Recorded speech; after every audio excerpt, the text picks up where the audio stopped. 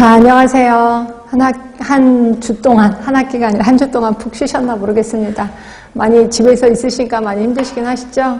그래도 이참에 공부를 열심히 해야 되겠다라는 동기는 부여가 되어야 됩니다. 자, 일단 잔소리 그만두고 책은 43쪽 9회 모의고사 들어가겠습니다. 자, 이제 천천히 문제 보고, 그 다음에 답 달고, 이런 식으로 하겠습니다. 자, 1번 보시면, 이거는 우리 특별 현금 급여를 물어보고 있어요. 우리 노인장기 요양보험하면 크게 세 가지가 있었었죠. 하나가 이제 시설급여, 또 하나가 재가급여, 그 다음에 특별 현금급여. 크게 세 가지가 있었고요. 이 중에서 우리 특별 현금급여에 대해서는 좀 깊게 들어간 적이 없어서 이걸 한번 문제를 내본 겁니다.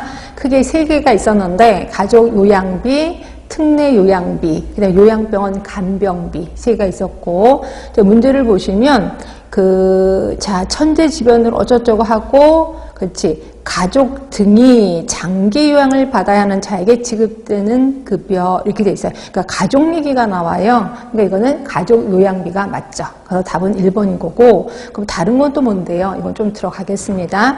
오늘도 유임을 나갔을 거예요. 유임을 확인해 보시면 가족 요양비, 자 보세요. 자, 1번, 24조 밑에 1번이 있을 거예요. 도서 벽지 등의 장기 요양기간이 현저히 부족한 지역으로서 장관이 고시하는 지역에 거주하는 자. 그러니까 너무 이분이 오지, 벽지에 계시는 거야. 거기까지 요양요원이 갈 수가 없잖아요. 그런데 이때 면이랑 같이 살고 계신데 그 면이한테 돈을 드린다는 거죠. 그 다음에 두 번째는 천재지변이나 그 밖의 이와 유사한 사유로 인해서 장기요양 기관이 제공하는 장기요양급여를 이용하기가 어렵다고 장관이 인정하는 자. 그 다음에 세 번째는 신체, 정신, 성격 등으로 인해서 가족으로부터 장기요양을 받아야 하는 자. 그러니까 할머니가 있는데 외부 사람이 들어오는 걸 너무 싫어해.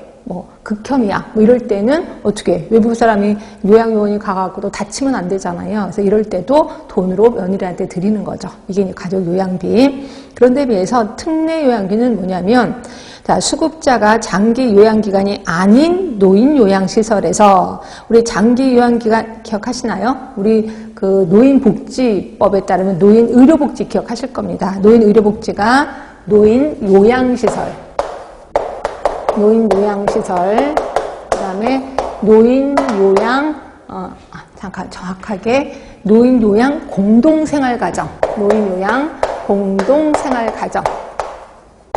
이게 이제 의료복지였거든요. 그 노인복지법에 따른 의료복지시설이었거든요.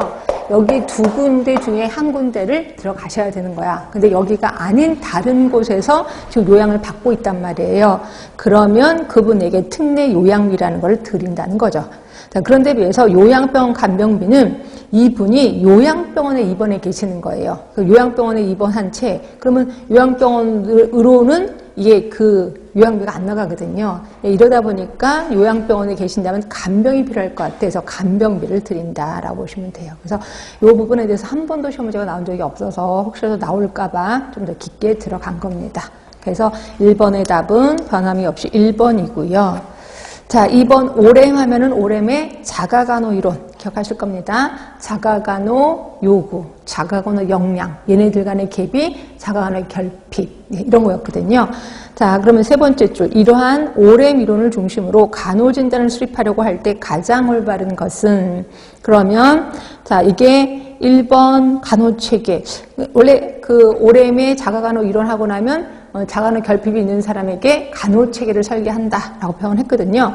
요거를 중심으로 기술을 하는 거냐, 아니면 건강 이탈시에 자가간호 요구를 중심으로 기술을 하는 거냐, 아니면 자가간호 결핍을 중심으로, 또 자가간호 역량을 중심으로 모르셨다면 외워두셔야 돼. 답은 3번이죠. 결핍을 중심으로 진단을 내려야 된다라고 보시면 되고요. 요것도 유인물 잠깐만 볼게요. 자, 유인물 우선순위 설정, 워낙 유명하고 시험 문제 자주 나온 PEARL, 펄 방식, 모두 5개인데 이 중에서 가로놓기 해봤습니다. 맨 앞에 그러니까 BPRS 하고 나서 이게 가능한지 불가능한지를 하기 위해서 펄 방식을 사용한다고 그랬고요. 펄 방식의 P는 적절성이었죠.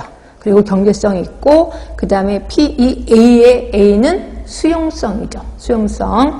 그 다음에 R이 자원 이용 가능성. 맨 마지막에 L이 적법성이었습니다. 그래서 펄 방식이었고, 그 다음에 요 BPRS하고 펄 방식과 비슷한 게 NIBP하고 클리어라고 표현했고요. 자, NIBP 시험 문제 한 번도 나온 적은 없지만 나올 확률도 있다라고 얘기했습니다.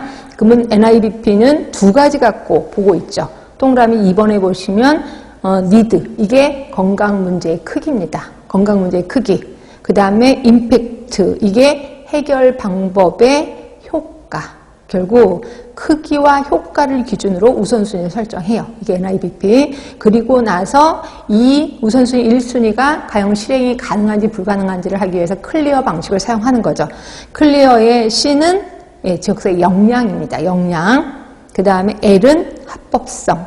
그 다음에 E 효율성. 그 다음에 A가 똑같아요. 수용성입니다. 그렇지? 펄 방식의 A나 똑같습니다. 그리고 마지막 R이 자원의 활용, 자원의 이용 가능성을 얘기하는 거죠. 이렇게 봤고, 자, 이론과 간호 진단입니다. 비효율적 반응의 자극의 관련성을 중심으로 기술을